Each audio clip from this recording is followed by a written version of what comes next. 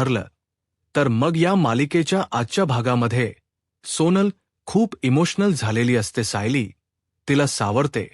तर त्यानंतर अर्जुन सायलीला म्हणतो, सायली हळूवर फोनवर तुझी सही लागेल. आता सायली हळूवर फोनवर सही करत असते आणि त्याच वेळी एक व्यक्ती लपून सायलीचा फोटो काढत असते. खरंतर या सगळ्याच गोष्टीचे त्यांनी फोटो काढलेले असतात. आता सोनलला सायली ज्यावेळी हँडओव्हर करणार आणि त्या गोष्टीची सही सुद्धा करताना त्यांनी फोटो काढलेले असतात. आता ही फोटो काढणारी व्यक्ती म्हणजे दुसरी तिसरी कोणी नसून सचिनच असतो. सचिनने सायली हे सगळं काही करत असताना फोटो काढलेले असतात. तर सोनल सायलीला म्हणते, सायली ताई आज मी जाणार, तू मला विसरणार तर नाही ना? तर सायली म्हणते, नाही का सोनल, मी तुला कधीच विसरणार नाही, पण तू सुद्धा आम्हाला विसरू नकोस. आणि सोनल बाळा, आज तू तुझ्या घरी जाणार आहेस. आता खूप मोठी हो, खूप अभ्यास कर आणि आई वडिलांना अभिमान वाटेल असं काहीतरी कर. तर सोनल म्हणते, हो. तर त्यावेळी अर्जुन सायरीला म्हणतो, सायरी जास्त इमोशनल होऊ नकोस. तू जर जास्त इमोशनल झालीस तर सोनलला सुद्धा इथून जाताना खूप वाईट वाटेल, ती सुद्धा इमोशनल होईल. तर त्यानंतर सोनलचे काका म्हणून आलेले सुरेश कदम म्हणतात, निघूयात ना बाळा? तर सोनल म्हणते, हो. आता सोनल त्यांच्यासोबत खरी जायला निघालेली असते, परंतु यामध्ये सायली मात्र पूर्णपणे फसलेली असते. सायलीला वाटत असतं की सोनलला तिचं कुटुंब मिळालं, पण श्वेता मात्र खूप खुश होते. सोनलला सर्वजण बाय करतात. श्वेता म्हणू लागते, यानंतर सोनलचं आयुष्य, तिचं भविष्य किती छान असेल ना. आता तिला तिचे आईवडील मिळालेत आणि हे सगळं काही शक्य झालं सायली तुझ्यामुळे. तर मधुभाऊ सुद्धा सायलीच कौतुक करत म्हणतात, हो सायली, तू या आश्रमाची जबाबदारी सांभाळलीस, या आश्रमाची संचालिका झालीस आणि एका मुलीला तिला तिचं घर मिळालं. तर सायली म्हणते, नाही मधुभाऊ, माझ्यामुळे काहीच नाहीये, मी काहीच केलं नाहीये. तर आता नकळतच मनू म्हणते, सायलीत ताई आज सोनलचे काका तिला न्यायला आलेत, तसेच माझेही आईवडील मला न्यायला येतील. काग माझ्या आईवडिलांना माझी आठवण येईल. काग सोनल आज जाताना किती आनंदात होती, तिच्या चेहऱ्यावर किती आनंद होता. मग तसंच मला सुद्धा माझं कुटुंब मिळेल. काग आता मात्र सायलीला खूप वाईट वाटतं. सायली मनूला म्हणते, मनू एक गोष्ट लक्षात ठेव, अगं तुझंच घर आहे, हे तू तुझ्याच घरात आहेस आणि तुझे आईवडील येऊ देत किंवा नको येऊ देत, पण तुझी ही सायली ताई तुला कधीच एकट पडू देणार नाही. तुझी ही सायली ताई तुला काहीच कमी पडू देणार नाही आणि हे घर तुझंच आहे, तू अजिबात रडायचं नाही. तर त्यावेळी आता सोम्या म्हणू लागतो, हो. आणि आता आपल्याला कोणाचीच आठवण काढायची नाहीये, कारण हे घर तर आपलंच आहे. असं म्हणत आता सोम्याने सुद्धा हे आपलंच घर आहे हे मनाशी ठरवलेलं असतं. आणि आता मधुभाऊ सगळ्याच मुलांना म्हणतात, चला चला आतमध्ये चला. असं म्हणत मधुभाऊ आता सर्वांनाच आतमध्ये घेऊन जातात. इथे सायली मात्र तिथेच रडत उभी असते. अर्जुन सायलीला आवाज देत म्हणतो, सायली अगं काय झालंय? अगं सोनलला तिचं घर मिळालंय, मग तू आनंदात हवी होतीस ना, मग तुझ्या चेहऱ्यावर तो आनंद का दिसत नाहीये? तर आता सायली अर्जुनला प्रश्न करत म्हणते, आपण जे केलं ते बरोबर केले ना सोनल? त्या घरात खुश असेल ना, ती त्या घरात सुरक्षित राहील ना? आपण तिला त्यांच्या सोबत पाठवून कोणती चूक तर केली नाही ना? सायलीच्या मनात असंख्य प्रश्नांचा गोंधळ झालेला असतो. तर अर्जुन सायलीला म्हणतो की नाही, आपण कोणतीही चूक केली नाही, तू टेन्शन घेऊ नकोस. आणि तसेही मला सांग, आपण सगळे पेपर चेक केल्याशिवाय तिला पाठवल्या का? तर सायली म्हणते, नाही, पण तरी सुद्धा माझ्या या मनाला हे पचतच नाहीये, मी हे सहन नाही करू शकत. सोनलच असं तिच्या आई वडिलांकडे जाणं मला असं वेगळं का वाटते? तर अर्जुन सायलीला म्हणतो, हे तुझ्यातली आई बोलते कसं आहे ना सायली, तू प्रत्येक मुलाची स्वतःच्या बाळाप्रमाणे काळजी घेतेस आणि म्हणूनच ते मूल दूर जाणं हे तू सहन नाही करू शकत रिलॅक्स असं म्हणत अर्जुन सायलीला सावरतो तर दुसरी सगळीकडे हॉस्पिटलमध्ये आपल्याला पाहायला मिळतं राकेश नागराज आणि प्रिया सर्वजण श्वेताच या फोनची वाट पाहत असतात. श्वेताचा अजूनही फोन आलेला नसतो आणि म्हणूनच राकेश म्हणतो पप्पा अजूनही त्या श्वेताचा फोन का नाही आलाय, काही प्रॉब्लेम तर झाला नसेल ना. तर नागराज रागानेच राकेशकडे पाहतो. राकेश म्हणतो पप्पा मी फक्त शंका व्यक्त करतोय. आता प्रिया ज्यावेळी रागाने राकेशकडे पाहते त्यावेळी मात्र राकेशची हालत इतकी बेकार झालेली असते की त्याला काय बोलावं काही सुचत नाही. राकेश तर पप्प करत म्हणतो नाही काही प्रॉब्लेम झाला नसणार. श्वेता सचिन फोन करतील. आता मात्र प्रियाला राकेशचा खूप राग आलेला असतो परंतु प्रिया स्वतःवर कंट्रोल करते. तर त्याचवेळी कॉन्स्टेबल मॅडम येतात आणि प्रियाला म्हणतात प्रिया हे बघ श्वेताचा कॉल आहे असं म्हणत फोन देऊन त्या निघून जातात. आता लगेच प्रिया फोन उचलते आणि श्वेताला म्हणते हॅलो श्वेता काम झालं. तर श्वेता प्रियाला म्हणते इथली जबाबदारी तू माझ्यावर दिली होतीस ना, मग काम तर 100 होणारच ना. इथलं काम झालंय आणि तेही 100. आता हे ऐकून नागराज खुश होतो. तर श्वेता प्रियाला म्हणते प्रिया अगं तू जसं प्लॅन केलं होतं तसंच अगदी घडलं आहे. सोनल तिच्या काकासोबत इथून निघाली आहे. आता हे ऐकल्यानंतर प्रियाचा आनंद काही गगनात मावत नसतो. प्रिया म्हणते अग हे ऐकण्यासाठी मी मघापासून तडफडत होते. प्रिया श्वेताला म्हणते मला सांग सोनलचा तो खोटा काका तिथे आल्यानंतर नक्की काय काय घडलं, म्हणजे अर्जुन सायलीने त्यांना काय काय प्रश्न विचारले, नक्की काय घडलं होतं तिथे, तो अडकला तर नाही ना. तर श्वेता म्हणते त्या सायली अर्जुनने इतके वाकडे तिकडे प्रश्न विचारलेत की दुसरा कोणी असताना तर अडकला असता, पण आपल्या माणसाने तर कमाल केली आहे, तू कुठेच अडकला नाही. तर प्रिया श्वेताला म्हणते बरं ठीक आहे मी तुला नंतर फोन करेन असं म्हणत प्रिया फोन ठेवते. तर दुसरीकडे आश्रमात आपल्याला पाहायला मिळतं आता सायली गौरीला जेवण भरवत असते परंतु सायलीच्या मनातून अजूनही सोनलचा विचार गेलेला नसतो. सायली विचार करत असते आणि देवाला प्रार्थना करत म्हणते देवा सोनलला चांगलं आयुष्य मिळू देत, तिला सगळं सुख मिळू देत, तिच्या आयुष्यात कोणताच प्रॉब्लेम नको येऊ देत. आता सायली सोनलच्याच विचारात हरवून गेलेली असते आणि त्याचवेळी ती फरवत असताना गौरीच्या तोंडाला सगळीकडे उष्ट लागलेलं असतं. गौरी आता सायलीला भानावर आणते त्यावेळी सायलीच्या लक्षात येतं. सायली म्हणते अगं काय हे झालंय सगळं असं म्हणत सायली अगदी मायेनेच स्वतःच्या ओढणीनेच गौरीच तोंड पुसून देत असते आणि तिला हसतच म्हणते गौरी बाळा सॉरी या असं म्हणत. आता सायली आणि गौरी या दोघांमध्ये वेगळाच बॉन्ड निर्माण झालेला असतो. गौरीच्या चेहऱ्यावरचा हसू पुन्हा आलेला असतं आणि त्याचवेळी अर्जुन त्या ठिकाणी येतो.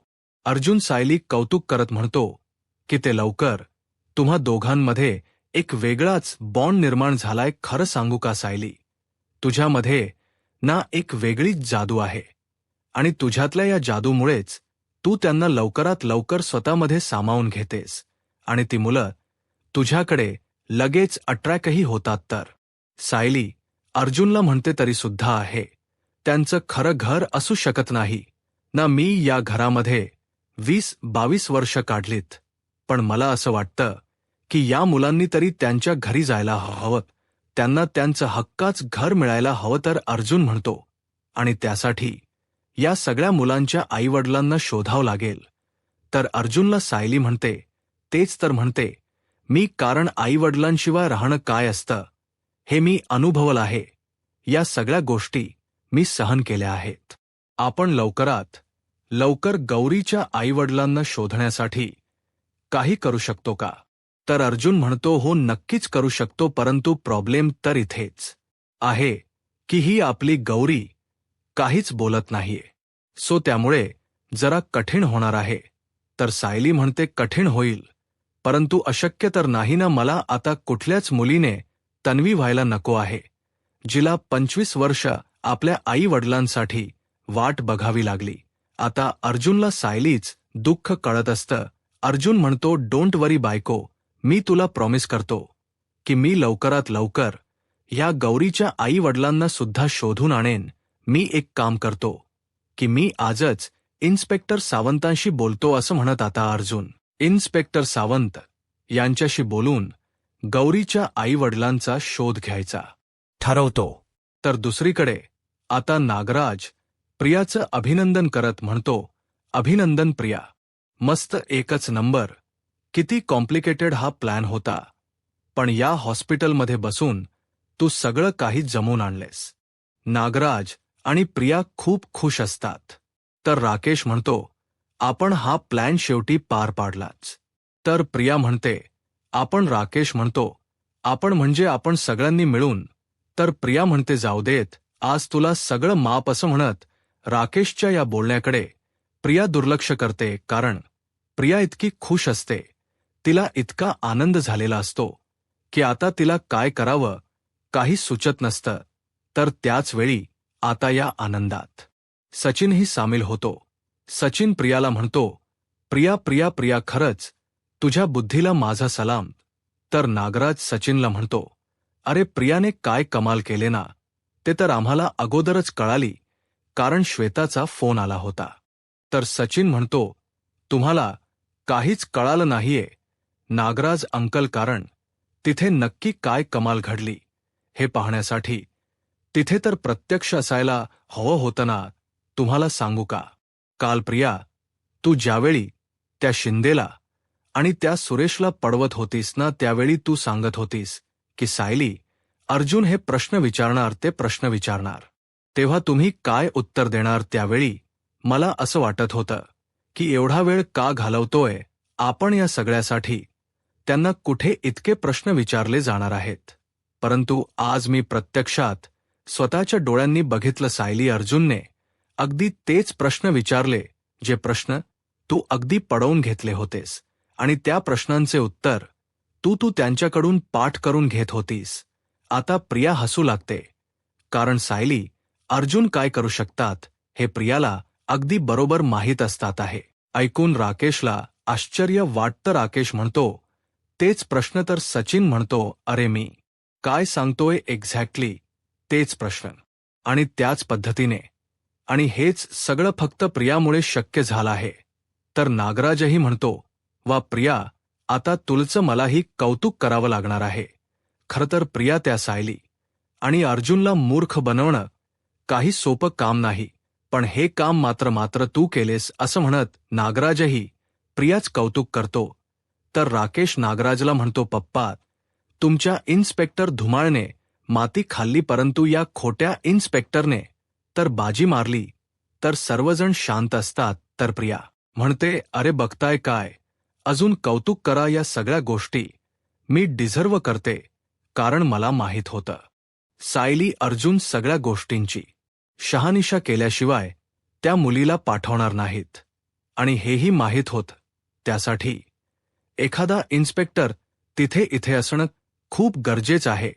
जर इन्स्पेक्टर नसेल तर सायली अर्जुन कुठल्याही काका मामाकडे मुलीला सोपवणार नाहीत, आणि घाईघाईत का असेना, परंतु सगळे पेपर नक्की चेक करतील, आणि ते ह्या सगळ्या प्रकरणाचा कसा किस काढणार हे तर मला चांगलंच माहीत होतं. म्हणून तर फुल प्रूफ प्लॅन करूनच मी मैदानात उतरले होते. तर आता नागराज प्रियाच कौतुक करत म्हणतो, खरंच प्रिया, तू म्हणजे मास्टर माइंड आहेस. आता ती सायली तुझ्या समोर काय टिकव धरणार आहे. तर आता प्रिया नागराजला म्हणू लागते की हो, अगदी खरं आहे, परंतु आता ती सायली म्हणजे हवेत असेल. तिला असं वाटत असेल की तिने जे केलं ते योग्य केलं. त्या मुलीला तिच्या हक्काचं घर, तीच हक्काचं कुटुंब मिळवून दिलं. पण थोड्या दिवसातच या सायरीला कळेल की तिने तर तिला नरकात ढकललंय, आणि स्वतःचं सगळं काही गमावलं. स्वतःचं नाव, स्वतःची ओळख, स्वतःचा रुबाब, स्वतःचं घर, स्वतःचा आश्रम, आणि स्वतःची माणसं असं म्हणत प्रिया आता राग व्यक्त करत असते. तर आता सचिन प्रियाच कौतुक करत म्हणतो, काही म्हणा प्रिया, पण खरं सांगू का, तू तुझ्या पोटातल्या बाळावर अगदी करेक्ट संस्कार करतेस तर प्रिया आपल्या पोटावर हात ठेवत म्हणते, बाळा, आईकडून एक गोष्ट शिक, कधीच कोणाला दयाम्या दाखवायची नाही. कारण हे जग आहे ना, ते खूप स्वार्थी आहे आणि म्हणूनच आपणही स्वार्थीच बनावं. आणि जर कोणी समोर आलंच तर त्याला कापून काढायचं असं म्हणत प्रियाने आता सायलीला असं काही अडकवलेलं असतं की त्यातून सायली सुटू नये. यासाठी प्रियाने जबरदस्त प्लॅन आखलेला असतो. तर प्रियाच्या प्लॅनप्रमाणे आता ते सोनलचे काका म्हणून आलेले असतात आणि इन्स्पेक्टर शिंदे हे दोन्हीही माणस सोनलला एका अडगळीच्या खोलीत घेऊन येतात.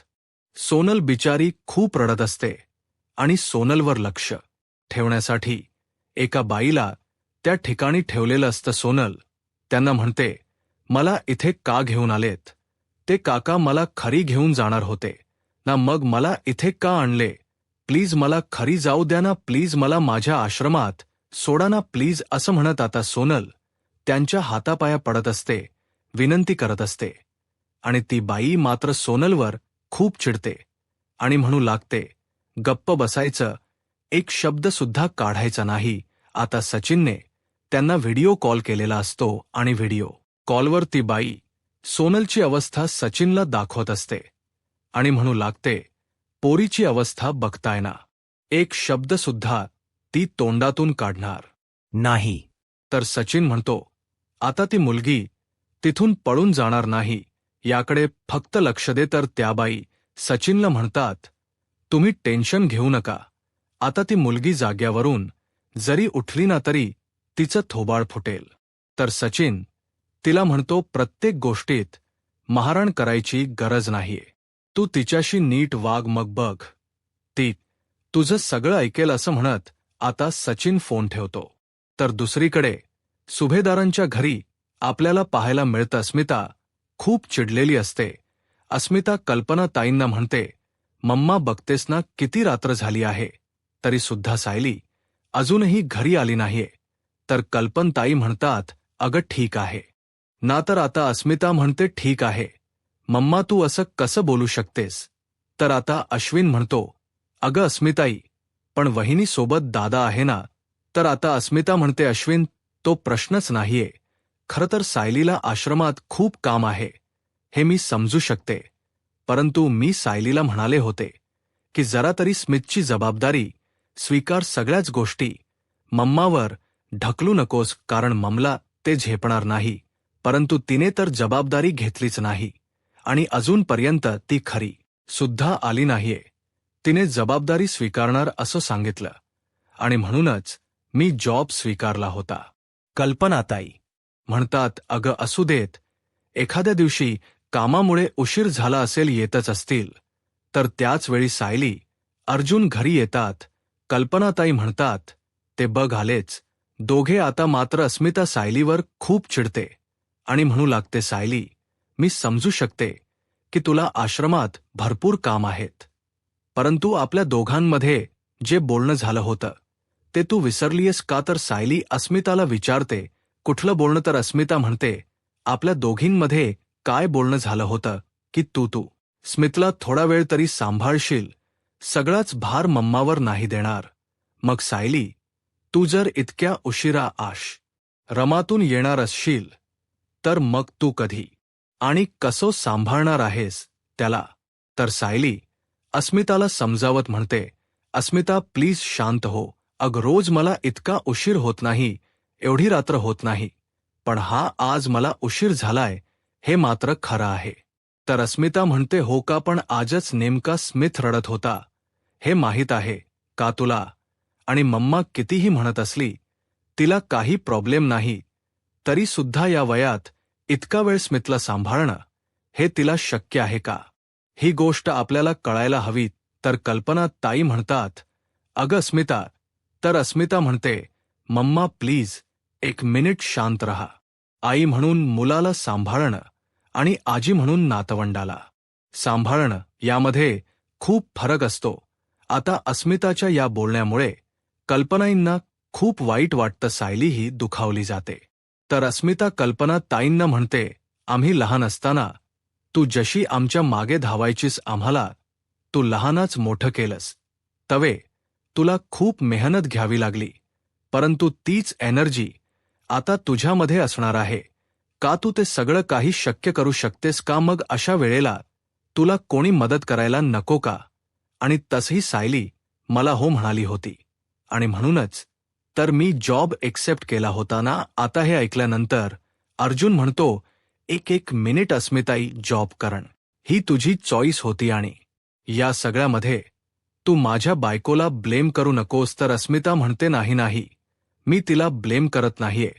मला फक्त एवढंच वाटते, माझं फक्त इतकंच म्हणणं आहे की तिने आश्रमातून लवकरात लवकर घरी यावं. तर अर्जुन अस्मिताला म्हणतो, पण अस्मिताई, आश्रमात नक्की काय घडलंय हे तुला माहीत आहे का? तू फक्त नुसती बोलत चाललीयस. तर अस्मिता म्हणते, काय घडलंय मला सांगशील का? तर अर्जुन म्हणतो, हो सांगतो. असं म्हणत अर्जुन आश्रमात घडलेला सगळा प्रकार सगळ्या घरच्यांना सांगू लागतो.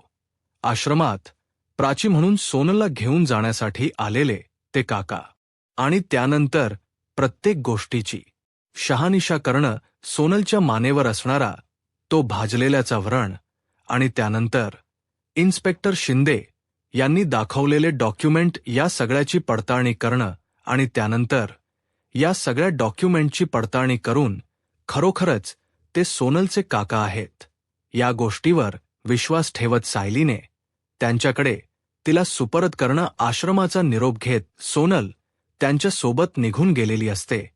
अशा प्रकारे घडलेला सर्व प्रकार अर्जुन ज्यावेळी घरच्यांना सांगतो त्यावेळी मात्र अस्मिता शांतच होते. आता अर्जुन अस्मिताला प्रश्न करत म्हणतो, आता तूच सांग अस्मिताई, आश्रमात हे सगळं काही घडत असताना त्या मुलीला त्यांच्याकडे सुपूर्द करणं, हे सगळं काही काम असताना सुद्धा ते सगळं काही सोडून सायलीने घरी यायला हवं होतं का? हे योग्य आहे का? अस्मिताई, अगं ही गोष्ट तुला कळत नाहीये का? जर गोलू घरी होता तर त्याला सांभाळायला मम्मा होती, विमल होती, परंतु तिथे मात्र सायली एकटी होती, आणि सायली तिथे असणं खूप गरजेचं होतं.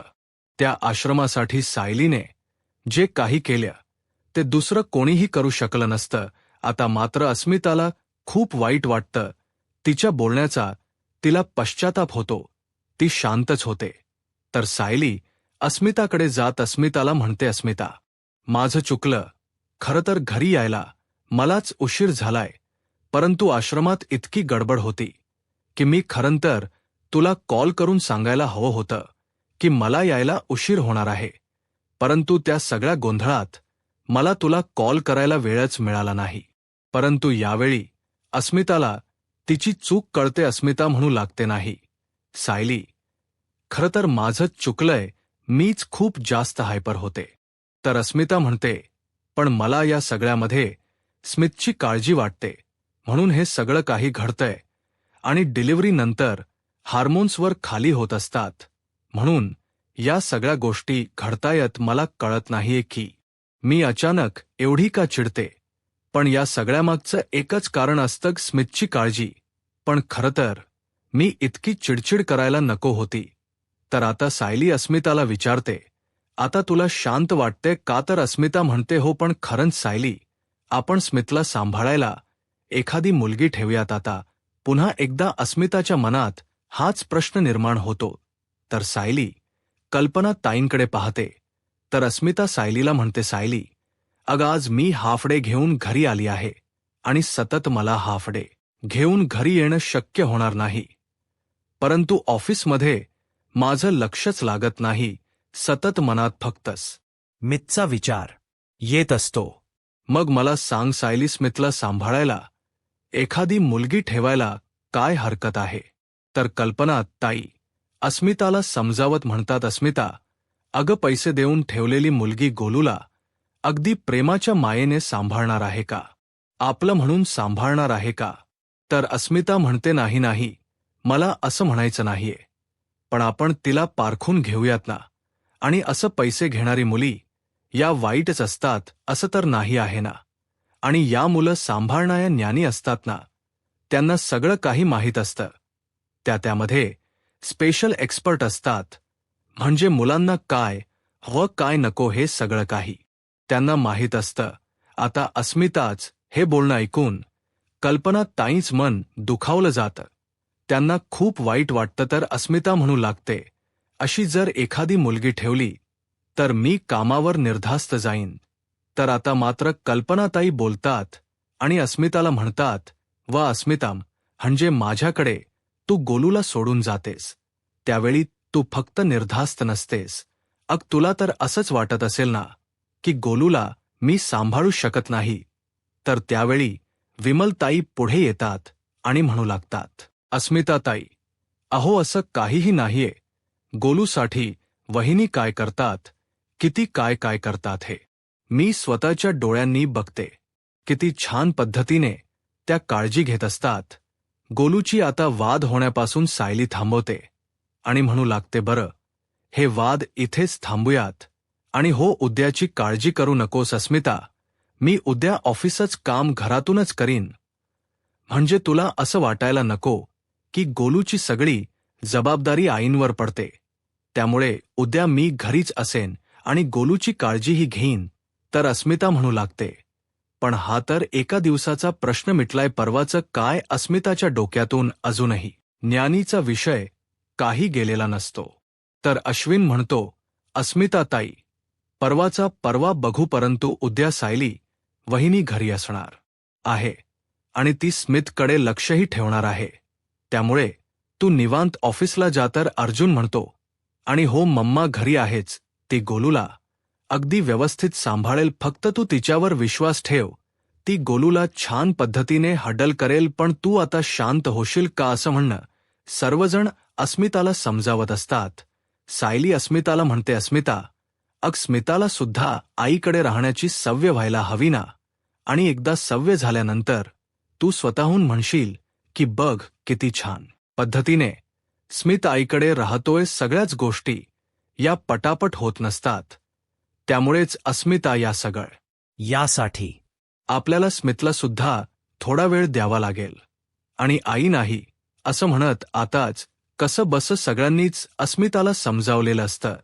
तर दुसरीकडे हॉस्पिटलमध्ये आपल्याला पाहायला मिळतं, प्रियाला मोबाईलवर एक फोटो आणि पत्र आलेलं असतं. आता तो फोटो म्हणजे सोनल तिच्या आई वडिलांपर्यंत पोहोचलेली आहे असा फोटो असतो.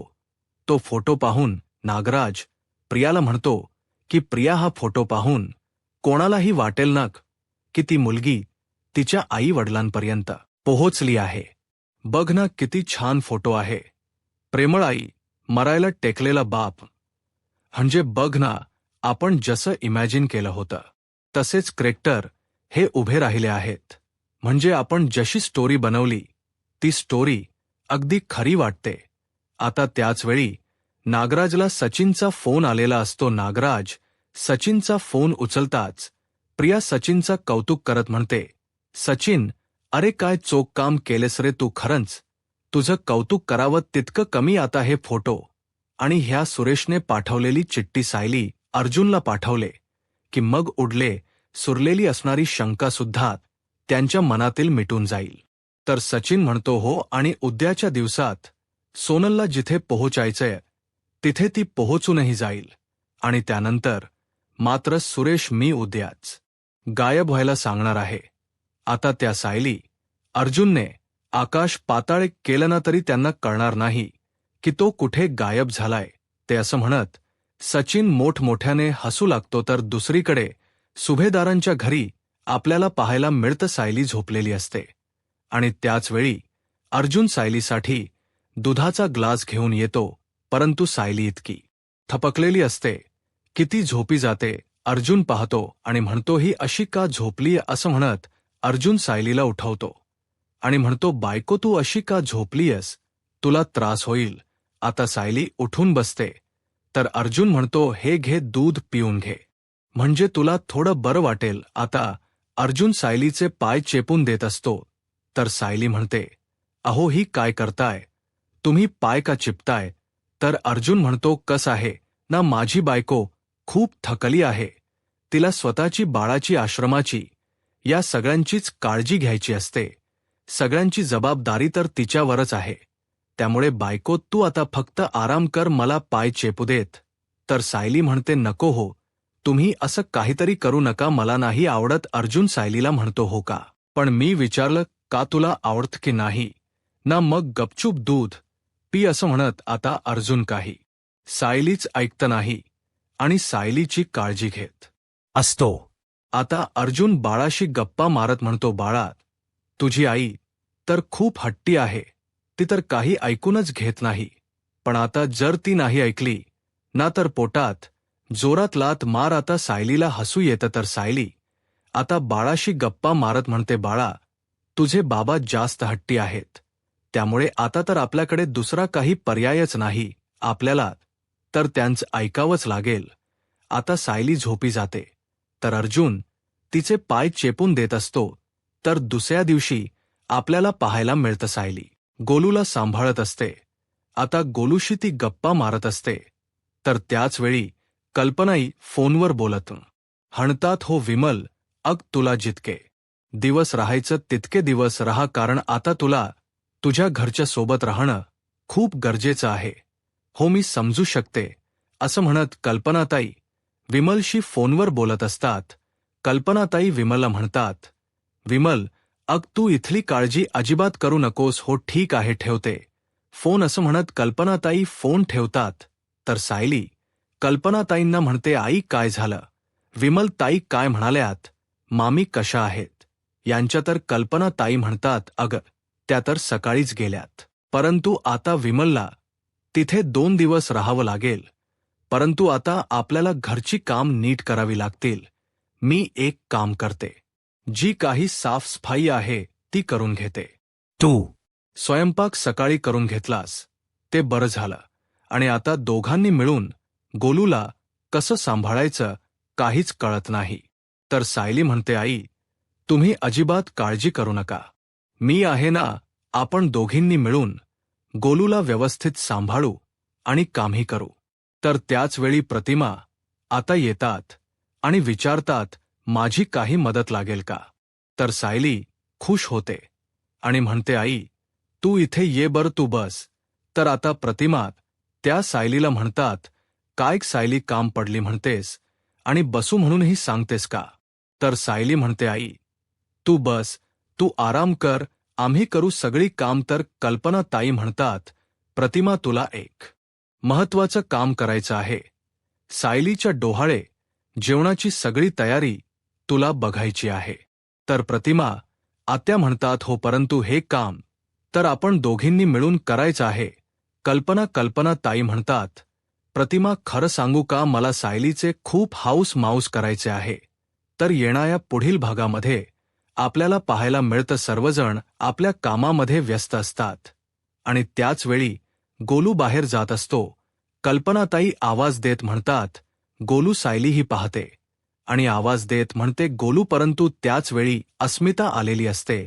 अस्मिता आता गोलूला उचलून घेते आणि म्हणू लागते तुम्हा कोणाचाच लक्ष नव्हता का. खरं तर आता स्मितला सांभाळण्यासाठी मला कोणाची तरी गरज आहेच, परंतु हे सायलीला खूप वाईट वाटतं. सायली अर्जुनला म्हणते मी आई म्हणून कुठे कमी तर पडणार नाही ना, माझं थोडं दुर्लक्ष झालं. पण तेवढ्यातच गोलूचा बोट दारात चिमटल असतं किंवा तो घराबाहेरही जाऊ शकला असतात. तर त्यावेळी सायलीला खूप वाईट वाटतं. सायली म्हणते हा असा दुर्लक्षपणा योग्य नाही ना, आणि हे सगळं आपल्या बाळाच्या बाबतीत माझ्याकडून घडलं तर सायलीला खूप वाईट वाटतं. तर दुसरीकडे प्रिया म्हणते तन्वी म्हणून मी सगळी पाहिलेली स्वप्न त्या सायलीने हिरावून घेतलेत, माझं सिंहासन तिने हिरावून घेतलं, पण आता तिची मी अशी अवस्था करेन की ती स्वतःच म्हणेल यापेक्षा मृत्यू बरा. तर आता खरंच या सगळ्यातून अर्जुन कशा प्रकारे सायलीला वाचवेल. यूट्यूब चॅनलला सबस्क्राईब करा आणि व्हिडिओ लाईक करा. धन्यवाद.